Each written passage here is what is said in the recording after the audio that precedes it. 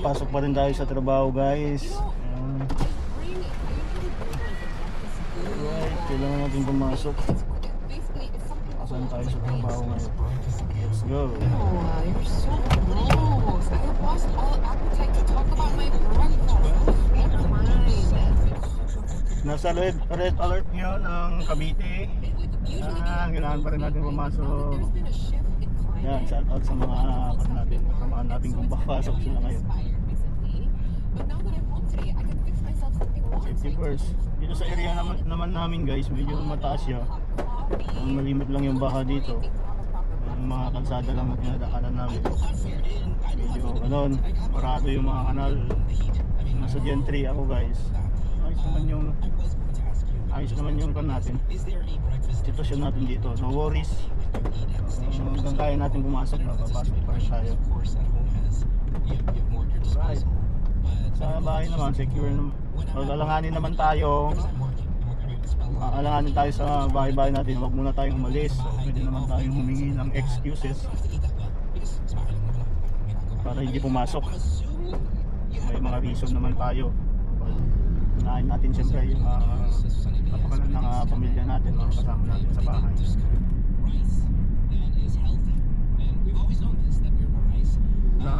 Sa area nito guys, sa kalsada lang talaga nagbabaha. Kasi yung mga drainage na ginagawa ngayon, hindi ko alam kung talagang punong-puno ng tubig. Kasi 1 week nang umuulan dito sa Cavite. Hindi lang dito sa Cavite, Calabarzon, mga ganun guys.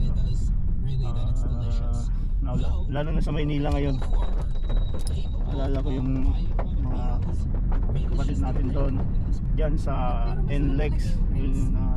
Inaabangan ko yung mga balita ngayon dyan kasi nandun yung isang kapatid ko. Stranded na yung kalsada ngayon. Nasa red alert na. Nasa red alert tayo. Para sa mga loyal na pumapasok ng trabaho, pasok pa rin. Kailangan natin ng pera, di ba? Kahit bumabagyo sa ibang bansa nga, guys. Dun sa Taiwan, mas gustong gusto ang pumasok ng bagyo kasi double pay. Ganyan ang Pilipino, guys.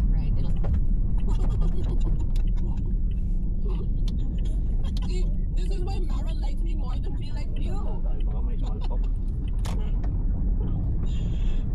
So ngayon, okay pa yung panahon ng mga tanghali, mga hapon yan, babanat yan guys, ang lakas na ulan sa amin. 1 week nang ganun yung sitwasyon. No one is going to do this, Sam. I'm going to do this. I'm so excited to do this. Yeah, but you're in the United States and thanks. That's you. This is not a good habit. Yun, kukunti yung mga sasakyan guys, ibig sabihin may stranded na siguro yung iba or ayaw na bumiyahe kasi may mga baha na dito sa partes namin. I honestly do hate myself after. Kung taga dito kayo sa Cavite, malimit na babaha dito, ang Kawit, ayun, Nobalita, Silang, yung partes ng dulo papuntang Rosario guys, medyo bandon, mataas ang dagat. Pagdating yun naman dito sa papuntang Tagaytay, mahirap lang dyan yung mga kalsada talaga. Meron mga hindi madaluyan ng tubig, na-stuck na lang dun sa kalsada guys, no? Dito partes ng Imus saka Dasma guys, no? Meron ding bahayan. So kung babayahe kayo, ayun, tignan nyo yung mga ruta nyo bago kayo bumiyahe ngayon. Kasi meron pang susunod na mga bagyo guys, sigurado ito magkakaroon to ng mga matitinding baha na babala para sa inyo na magbiyahe papunta dito sa Cavite or palabas ng Cavite. Clear naman dito sa area ko guys, kaya kung pante akong makakaluwas ako ng maayos. Kung madali akong pumasok para maabutan ka din yung mga pasipyo, baka may mga pang-users pa. Sa mga biyahero no guys, mas maganda pag mga ganitong sitwasyon, naka-on lang yung ilaw nyo o headlight nyo para may visibility pa rin sa kalsada, no? Makikita pa rin kayo. Minsan kasi may mga sitwasyon na bigla na lang magkakaroon ng fog o hindi mo makita. Tapos ugaliin natin nga yung mga signal light natin. Safety pa rin pag ginagamit yung mga signal lights nyo. Maraming cancel na trabaho ngayon yung naka-red alert nga dito sa atin.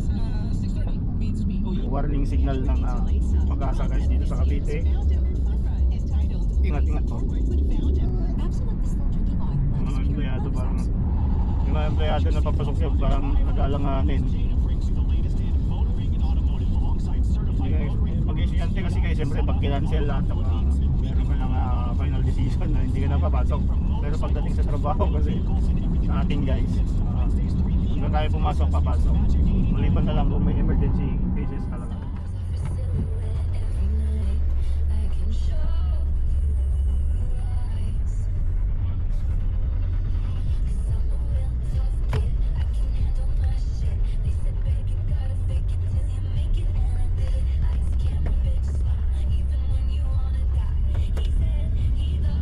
Na guys, pauwi na, maulan pa rin. Tuloy-tuloy pa rin ang ulan, 1 week na nakalipas. So for 30 na guys, yun yung out natin sa trabaho, walang overtime. Uwi muna tayo maaga.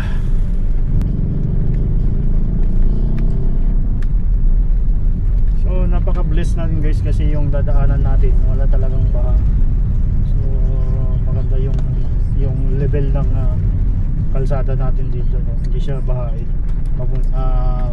Mula dito hanggang doon sa bahay.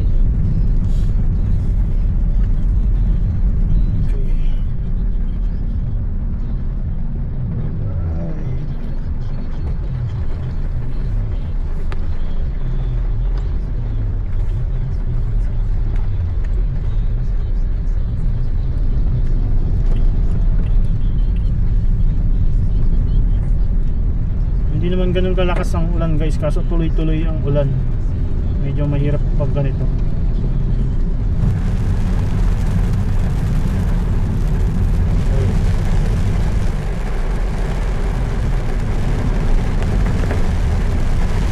Parehas kami ng kotse guys. Napakatipid ng gas itong Vios guys. Pag umuwi ka ng probinsya, magkano lang ang naging gastos ko.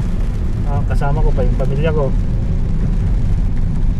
Medyo natutuwa lang kasi kasama ko yung pamilya ko sa mga biyahe. At tulad ng pumunta tayo ng Aurora.